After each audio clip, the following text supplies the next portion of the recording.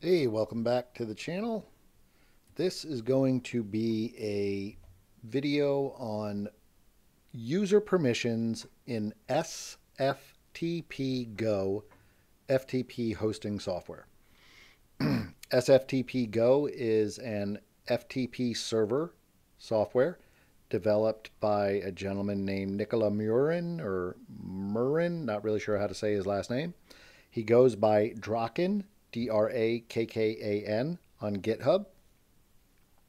And he developed the SFTPGo server software under the GNU free license, so it's free to use for anyone and any reason, and he just hopes that you donate to him.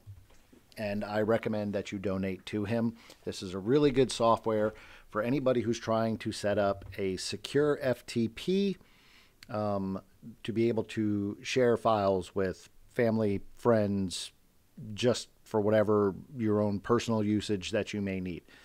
The one thing that is not clearly stated in the instructions is exactly how permissions work on the folders that you grant access to for each user. In my use case scenarios, I have set up some folders where I keep my music, movies, software, various different things. And I want to be able to share these out to my other users. But I have limitations on what I want them to be able to do. So in this case, I have a user who I've set him up, I've given him his home directory, and then I have added the virtual folder links that go to the physical folders that I set up underneath this folders here. So I came in, I set up all my virtual folders, pointed them at the appropriate folder that they needed to go to, gave them the quota size that they're allowed to download or upload. In this case, he's got unlimited. But then I wanted to make sure that what he could do was see the virtual folders and list what's in them and then download what's in them. What I didn't want him to be able to do was upload to those folders, rename files in those folders, accidentally delete files from those folders. By default, when his account was set up, the asterisk was chosen and nothing else. I didn't quite understand the permissions here and how they work with the permissions down here. So when I first added the per directory permissions, all I did was, copied and then pasted down here. And then I went over here to this list and the asterisk was chosen here. And so I unchecked that and I said, nope, I just want them to be able to list and download. And I did that for every single virtual folder. But then when he was connecting in, or I should say, I was connecting in as him from a test machine, he was able to upload to each one of these directories, download from these directories, delete files from these directories, rename files in these directories. He was able to do everything. And that was all because this asterisk was chosen on this permissions level here. As you can see, it says per directory permissions. And my understanding according to their instructions is that per directory permissions overrule global permissions if you set them on a specific directory.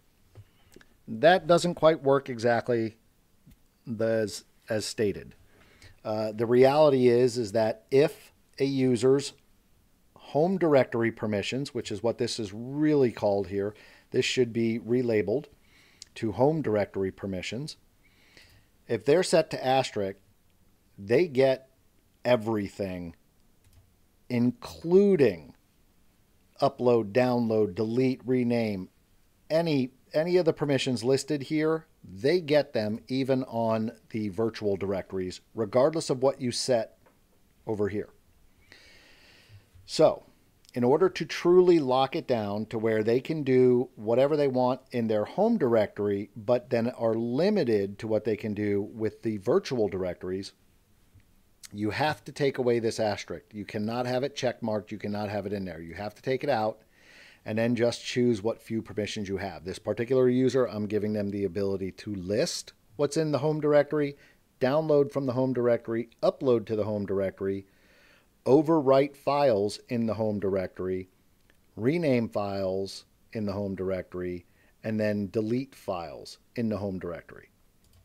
Once that was set up that way, now these lists over here are working correctly for each of these virtual directories. And for each of these, I made sure that the asterisk was unchecked, and then I said list and download only.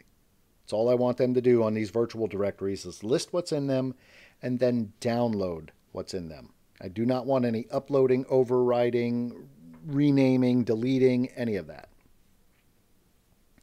So, in order to set permissions correctly, you have to choose the global permissions here for the user, which this should really be just renamed, not even global permissions. This should be the home directory permissions and be relabeled as such. You need to choose exactly which home directory permissions they should have.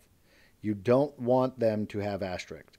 Because keep in mind, while this is running on a Windows-based operating system for me, it is actually a full Linux backend. I believe it's running somehow under Docker or something to that effect. But it uses a lot of Linux-based methodology in the way it works. So we need to specifically give the home directory permissions, the list, download, and upload. You don't need to give them overwrite if you don't want to, but I chose to. But then rename and delete files from their home directory and home directory only. After that, if you give them virtual directories that link to true physical folders that you do not want them being able to do anything other than see what's in it and maybe download from it, then you set these permissions here. But you have to make sure that these permissions here are set based on these permissions up here. If you put an asterisk here, they're going to get the ability to do whatever they want, even if you set permissions here. So you have to take that asterisk out because it overrides everything, and then only give them the permissions that you think are necessary. I'm not a Linux person, so I don't even know what chmod, chown, or chtimes is, so I'm not going to mess with those. Delete dirs is pretty self-explanatory. It means directories. I don't want them to be able to mess with anything that's directory related. I'm not taking a risk that they can mess with these virtual directories. So in that case, I've taken that ability away, and I've only given them the ability to list, download, upload, overwrite, rename, and delete files. And then that locks them in. When this particular user connects in, he can see whatever he wants in his home directory. He's able to upload files to it, download files from it. The files that he uploads, he's able to rename those files. He's able to delete those files accordingly, which is what I want because this particular user is an IT person like myself, and we're going to be using this particular server for various work-related items to where we need to get a file from our office to our home, but it's too big to be putting on a flash drive or anything like that. You know, we're able to upload it to this server, then download it from our respective houses, work on what we need to work on, upload it back to this server, go to our office, download it back to our office. And that's perfectly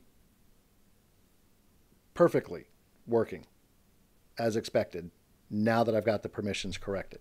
But it took me several hours of trying to figure that out because the instructions on the permissions are not very clear on what permissions are what and exactly how they affect things.